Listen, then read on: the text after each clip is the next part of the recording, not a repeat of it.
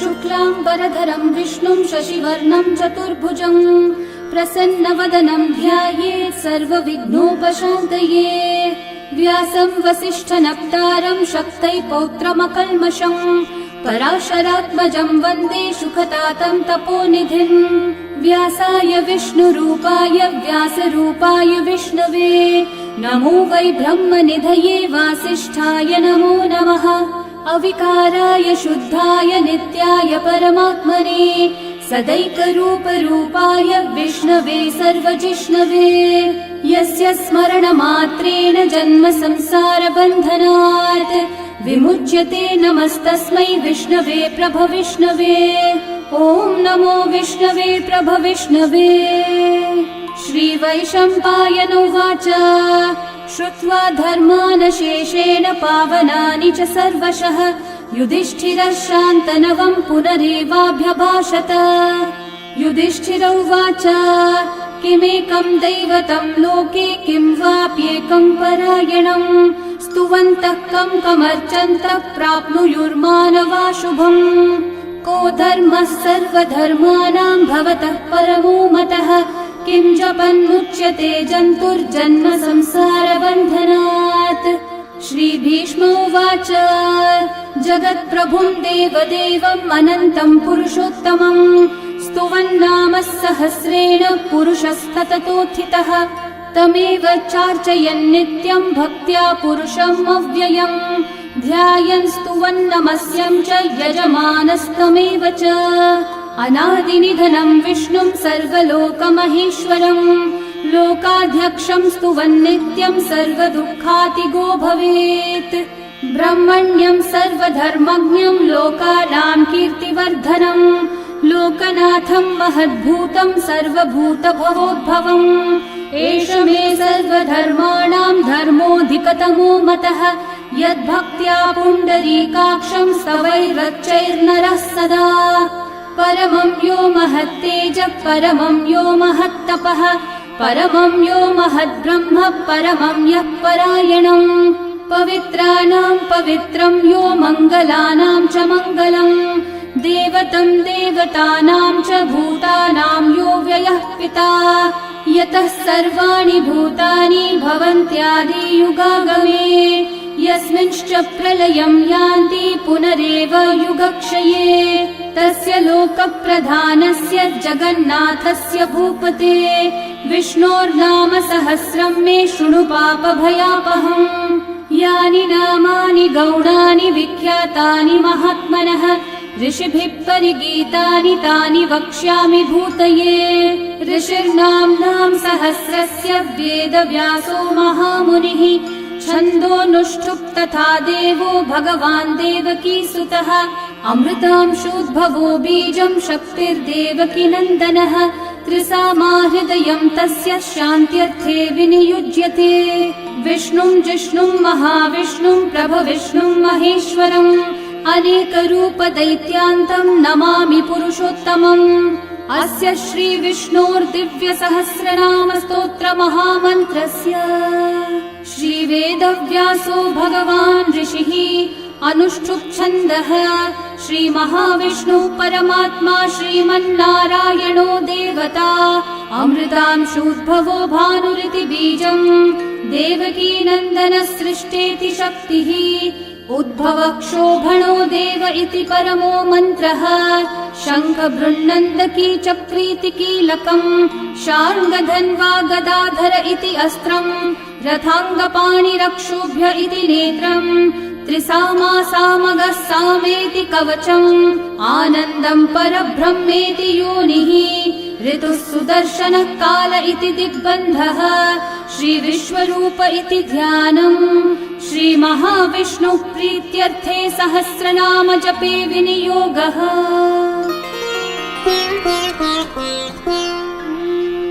ध्यानम् धन्वत्प्रदेशे शुचिमणिविलसत्सैकते मौक्तिकानाम् माला क्लृप्तासनस्थस्फटिकमणिनिभैर्मौक्तिकैर्मण्डिताङ्गः शुभ्रैरभ्रैरतभ्रैरुपरि विरचितैर्मुक्तपीयूषवर्षैः आनन्देन पुनीयादरिनलिनगदा शङ्खपाणिर्मुकुन्दः भुःपादौ यस्य नाभिर्वियदसुरनिलश्चन्द्रसूर्यौ च नेत्रे कर्णावाशाः शिरौ द्योर्मुखमपि दहनो यस्य वास्तेयमब्धिः अन्तस्थं यस्य विश्वं सुरनरखगो भोगि गन्धर्वदैत्यैः चित्रं रं रम्यते तं त्रिभुवन विपुषं विष्णुमीशं नमामि। ॐ नमो भगवते वासुदेवाय। शान्ताकारं भुजगशयनं पद्मनाभं सुरेशं विश्वाधारं गगनसदृशं मेघवर्णं शुभाङ्गम् लक्ष्मीकान्तं कमलनयनं योगिहृद्ध्यानगम्यं वन्दे विष्णुं भवभयहरं सर्वलोकैकनाथम् मेघश्यामं पीतकौशेयवासं श्रीवत्साङ्कं कौस्तुभोद्भासिताङ्गम् पुण्योपेतं पुण्डरीकायताक्षं विष्णुं वन्दे सर्वलोकैकनाथम् नमः समस्तभूतानामादिभूताय भूभृते अनेकरूपरूपाय विष्णवे प्रभविष्णवे सशङ्खचक्रं सकिरीटकुण्डलं सपीतवस्त्रं सरसीरुहेक्षणं सहारवक्षस्थलशोभिकौस्तुभं नमामि विष्णुं शिरसा चतुर्भुजम् छायायां पारिजातस्य हेमसिंहासनोपरि आसीनमम्बुदश्याममायताक्षम् अलङ्कृतम् चन्द्राननं चतुर्बाहुं श्रीवत्साङ्कितवक्षसं रुक्मिणी सत्यभामाभ्यां सहितं कृष्णमाश्रये। ॐ विश्वं विष्णुर्वषट्कारो भूतभव्यभवत्प्रभुः भूतकृद्भूतभृद्भावो भूतात्मा भूतभावनः भूतात्मा परमात्मा च मुक्तानां परमागतिः अव्ययः पुरुषः साक्षी क्षेत्रज्ञोऽक्षर एव च योगो योगविदां नेता प्रधानः पुरुषेश्वरः नारसिंहः वपुः श्रीमान् केशवः पुरुषोत्तमः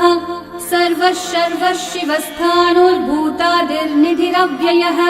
सम्भवो भावनो भर्ता प्रभवः प्रभुरीश्वरः स्वयंभू शम्भुरादित्यः पुष्कराक्षो महास्वनः अनादिनिधनो धाता विधाता धातुरुत्तमः अप्रमेयो ऋषिकेशः पद्मनाभोऽमरः प्रभुः विश्वकर्मा मनुस्त्वष्टा स्थविष्ठस्थविरो ध्रुवः अग्राह्यः शाश्वतः कृष्णो लोहिताक्षः प्रतर्दनः प्रभुतस्त्रिककुब्धामः पवित्रं मङ्गलं परम् ईशानः प्राणदः प्राणो ज्येष्ठः श्रेष्ठः प्रजापतिः हिरण्यगर्भो भूगर्भो माधवो मधुसूदनः ईश्वरो विक्रमी धन्वी मेधावी विक्रमक्रमः अनुत्तमो दुराधर्षः कृतज्ञः कृतिरात्मवान् सुरेशः शरणं शर्म विश्वरेतः प्रजाभवः अहः संवत्सरो व्याळः प्रत्ययः सर्वदर्शनः अजः सर्वेश्वरः सिद्धिः सिद्धि सर्वादिरच्युतः वृषा कपिरमेयात्मा सर्वयोगविनिःसृतः वसुर्वसुमना सत्यः समात्मा संवितः समः अमोघः पुण्डरीकाक्षो वृषकर्मा वृषाकृतिः रुद्रो बहुशिरा बभ्रुर्विश्वयोनिः शुचिश्रवाः अमृतः शाश्वतस्थाणुर्वरारोहो महातपाः सर्वगः सर्वविद्भानुः विश्वक्सेनो जनार्दनः वेदो वेदविदव्यङ्गो वेदाङ्गो वेदवित्कविः लोकाध्यक्षः सुराध्यक्षो धर्माध्यक्षः कृताकृतः चतुरात्मा चतुर्व्यूहश्चतुर्दंष्ट्रश्चतुर्भुजः भ्राजिष्णुर्भोजनं भोक्ता सहिष्णुर्जगदादिजः अनघो विजयो जेता विश्वयोनिः पुनर्वसुः उपेन्द्रो वामनः प्रांशुरमोघः शुचिरूर्चितः अतीन्द्रः सङ्ग्रहः सर्गो धृतात्मा नियमो यमः वेद्यो वैद्यः सदा योगी वीरः माधवो मधुः अतीन्द्रियो महामायो महोत्साहो महाबलः महाबुद्धिर्महावीर्यो महाशक्तिर्महाद्युतिः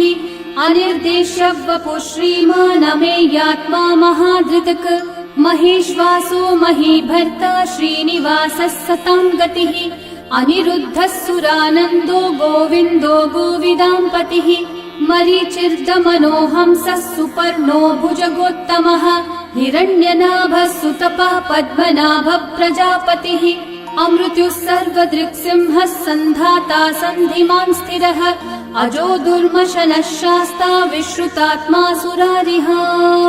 गुरुर्गुरुतमो धामः सत्यः सत्यः पराक्रमः निमिषो निमिषस्रग्वी वाचस्पतिरुदारधीः अग्रणीर्ग्रामणी श्रीमान् न्यायो नेता समीरणः सहस्रमूर्धा विश्वात्मा सहस्राक्षः सहस्रपात् आवर्तनो निवृत्तात्मा संवृतः सम्प्रमर्दनः अहः संवर्तको वह्निरनिलो धरणीधरः सुप्रसादः प्रसन्नात्मा विश्वदृग्विश्वभुग्विभुः सत्कर्ता सत्कृतः साधुर्जन्मोर्नारायणो नरः असङ्ख्येयो प्रमेयात्मा विशिष्टः शिष्टकृच्छुचिः सिद्धार्थः सिद्धसङ्कल्पः सिद्धिदः सिद्धिसाधनः वृषाही वृषभो विष्णुर्वृषपर्वा वृषोदरः वर्धनो वर्धमानश्च विविक्तः श्रुतिसागरः सुभुजो दुर्धरो वाग्मी महेन्द्रो वसुदो वसुः नैकरूपो बृहद्रूपः क्षिपिविष्टप्रकाशनः ओजस्तेजोद्युतिधरः प्रकाशात्मा प्रतापनः ऋद्धः स्पष्टाक्षरो मन्त्रश्चन्द्रांशूर्भास्करद्युतिः अमृतांशूद्भवो भानुः शशबिन्दुः सुरेश्वरः औषधम् जगतः सेतुः सत्यधर्मः पराक्रमः भूतभव्यभवन्नाथः पवनः पावनो नलः कामः कामकृत्कान्तः कामः कामप्रदः प्रभुः युगादिकृद्युगावर्तो नैकमायो महाशनः अदृश्यो व्यक्तरूपश्च सहस्रजिदनन्तजित् इष्टो विशिष्टशिष्टेष्ठः शिखण्डी नहुषो वृषः क्रोधः क्रोधकृत्कर्ता विश्वबाहुर्महीधरः अच्युतः प्रथितः प्राणः प्राणदो वासवानुजः अपान्निधिरधिष्ठानम् अप्रमत्तः प्रतिष्ठितः स्कन्दः स्कन्दद्धरो धुर्यो वरदो वायुवाहनः वासुदेवो बृहद्भानुरादिदेवः पुरन्दरः अशोकस्थारणस्थारः शूरः शौरिर्जनेश्वरः अनुकूलः शतावर्तः पद्मी पद्मनिभीक्षणः पद्मनाभोरविन्दाक्षः पद्मगर्भः शरीरभृत् महर्धिरिग्धो वृद्धात्मा महाक्षो गरुडध्वजः अतुलः शरभो भीमः समयज्ञो हविर्हरिः सर्वलक्षणलक्षण्यो लक्ष्मीवान् समितिञ्जयः विक्षरो रोहितो मार्गो हेतुर्दामोदरः सहः महीधरो महाभागो वेगवानमिताशनः उद्भवक्षोभणो देवः श्रीगर्भः परमेश्वरः करणं कारणं कर्ता विकर्ता गहनो गुहः व्यवसायो व्यवस्थानः संस्थानस्थानदो ध्रुवः परर्धि परमस्पष्टः तुष्टः पुष्टः शुभेक्षणः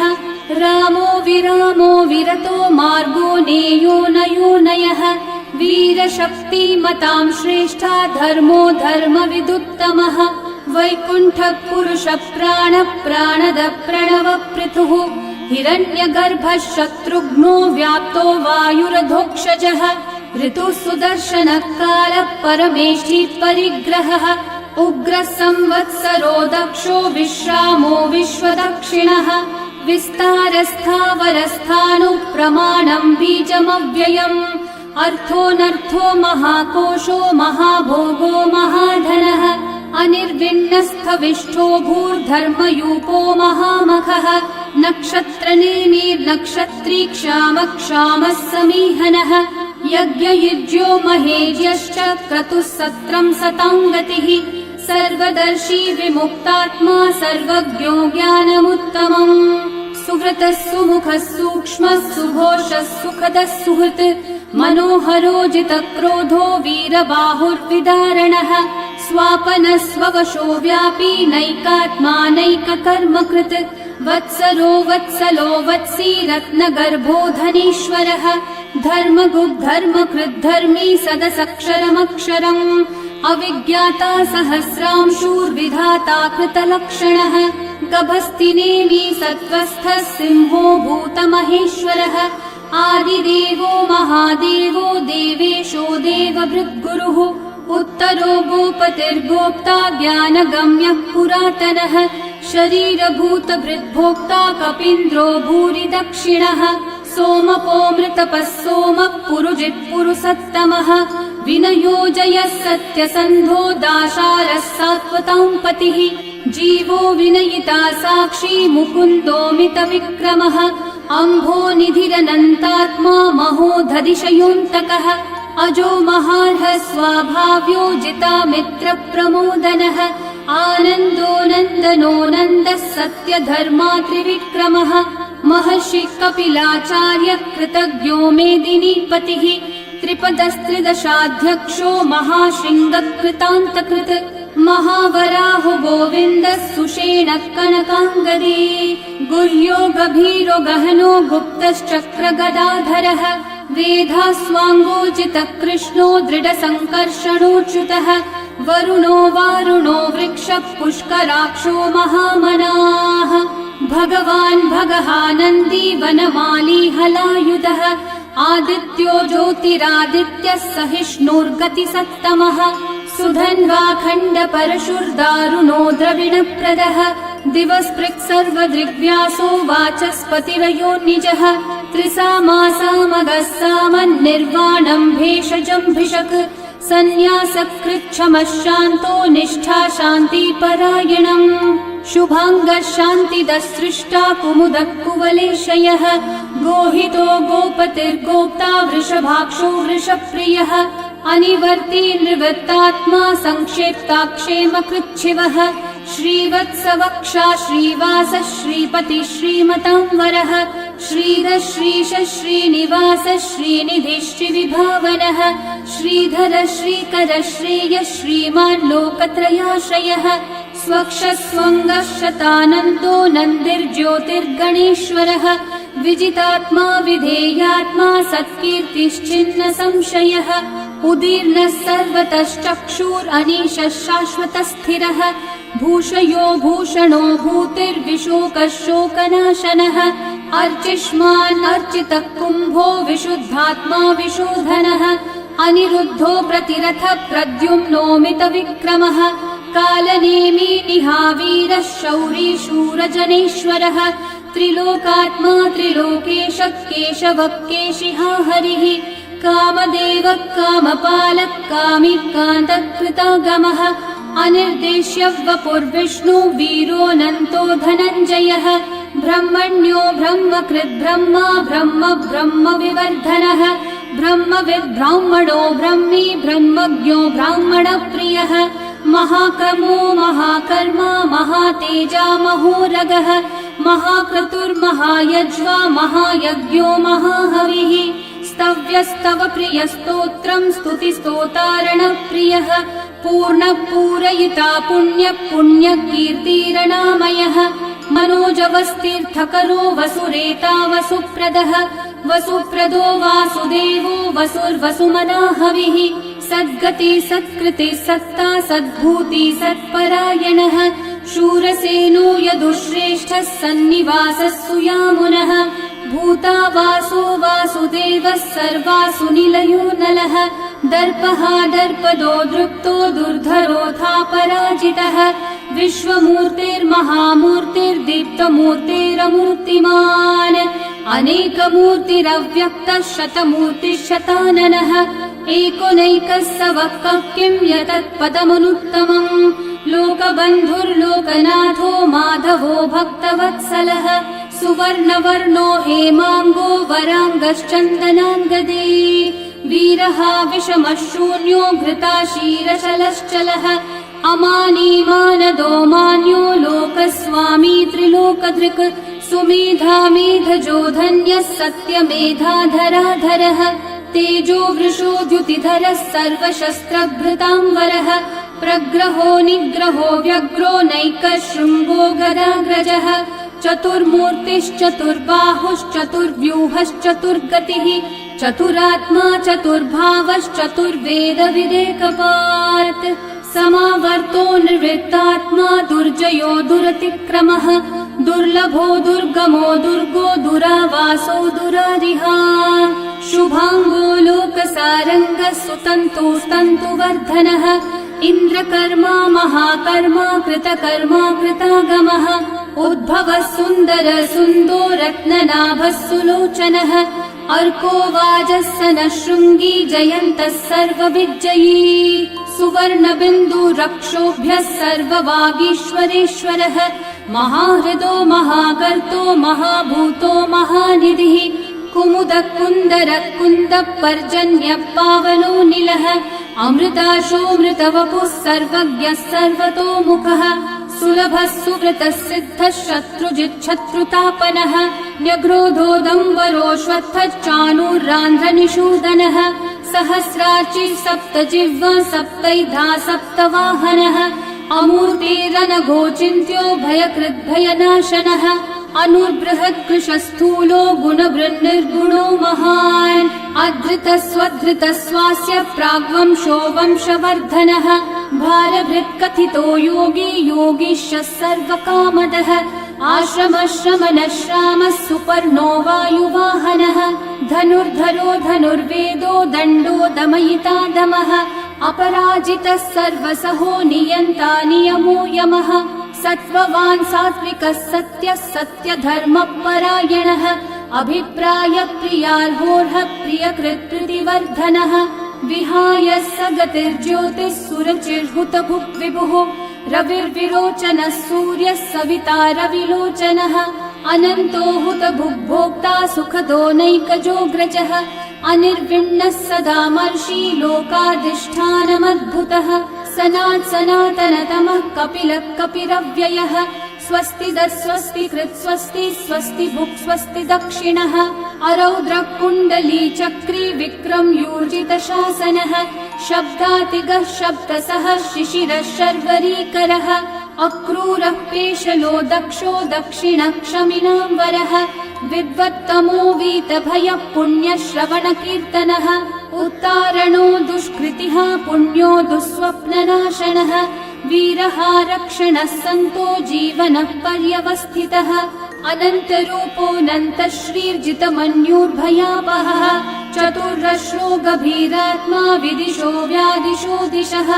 अनादिर्भूर्भुवो लक्ष्मी सुवीरो रुचिराङ्गदः जननो जनजन्मादि भीमो भीमपराक्रमः आधारनिलयो धाता पुष्पहासप्रजागरः ऊर्ध्वगः सत्पथाचारः प्राणदः प्रणवप्पणः प्रमाणं प्राणनिलयं प्राणभृत्प्राणजीवनः तत्त्वं तत्त्वविदेकात्मा जन्म मृत्युजरातिगः भूर्भुवः स्वस्तरुस्तारः सविता प्रपितामहः यज्ञो यज्ञपतिर्यज्वा यज्ञाङ्गो यज्ञवाहनः यज्ञभृद्यज्ञकृद्यज्ञी यज्ञभुग्यज्ञसाधनः यज्ञातकृद्यज्ञगुह्यामन्नमन्नादयेव च आत्मयोनिः स्वयं जातो वैखानः सामगायनः देवकीनन्दनः सृष्टा शितीशः पापनाशनः शङ्खवृन्नन्दकी चक्री शार्ङ्गधन्वा गदाधरः रथाङ्गपाणिरक्षोभ्यः सर्वप्रहरणायुधः सर्वप्रहरणायुध ॐ नम इति वनमाली गदी शार्ङ्गी शङ्खी चक्री च नन्दकी श्रीमान्नारायणो विष्णुर्वासुदेवोऽभिरक्षतु वनमाली गदी शार्ङ्गी शङ्खी चक्री च नन्दकी श्रीमान्नारायणो विष्णुर्वासुदेवोऽभिरक्षतु वनमाली गदी शार्ङ्गी शङ्खी चक्री च नन्दकी श्रीमान्नारायणो विष्णुर्वासुदेवोऽभिरक्षतु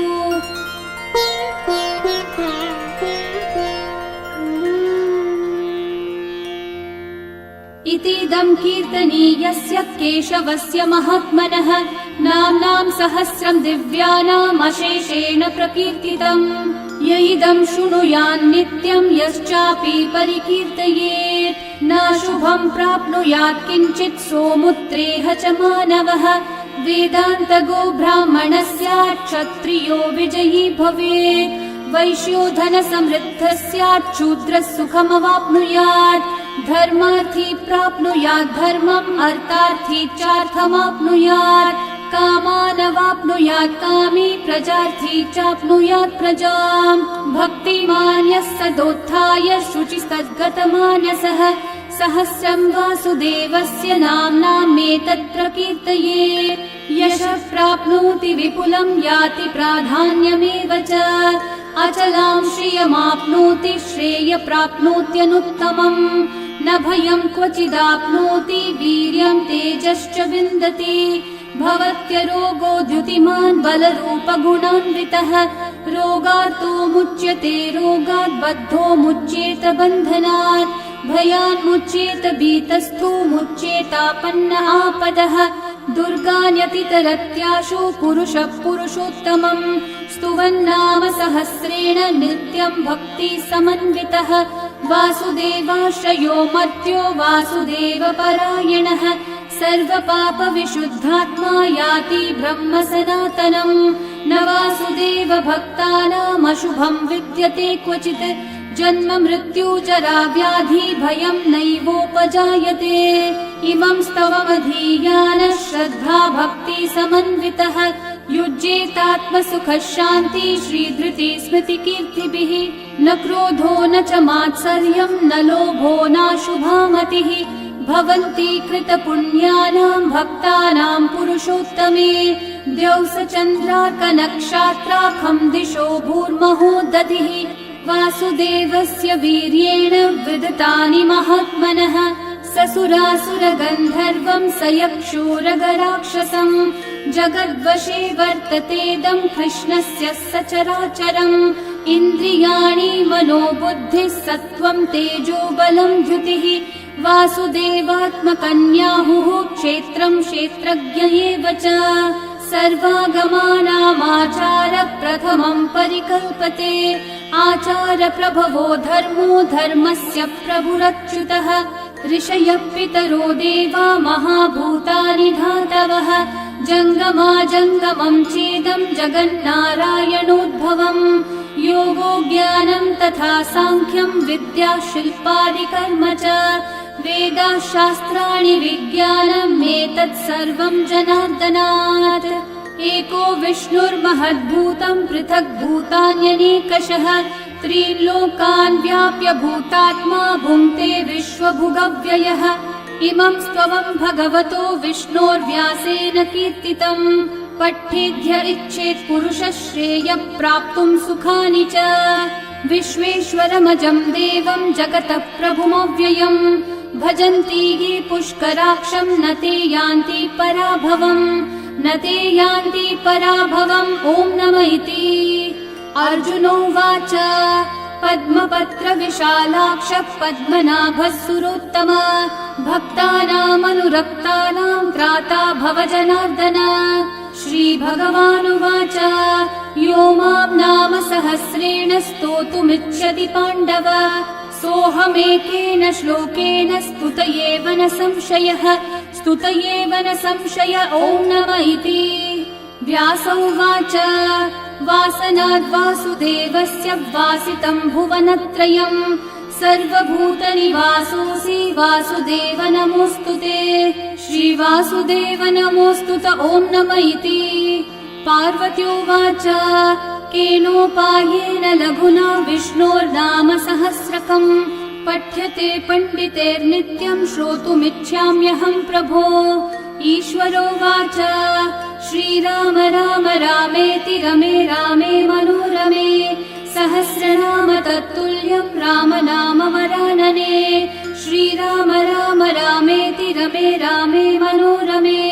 सहस्रनाम तत्तुल्यं राम नाम वरानने श्रीराम राम रामेति रमे रामे मनोरमे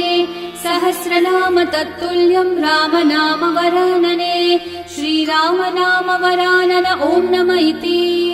ब्रह्मोवाच नमोऽस्त्वनन्ताय सहस्रमूर्तये सहस्रपादाक्षि शिरोरुबाहवे सहस्रनाम्ने पुरुषाय शाश्वते सहस्रकोटियुगधारिणे नमः सहस्रकोटियुगधारिण ॐ नमः इति सञ्जय उवाच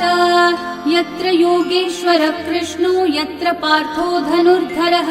तत्र श्रीर्विजयो भूतिर्ध्रुवा नीतिर्मतिर्मम श्रीभगवानुवाच अनन्याश्चिन्तयन्तो मा ये जनाः पर्युपासते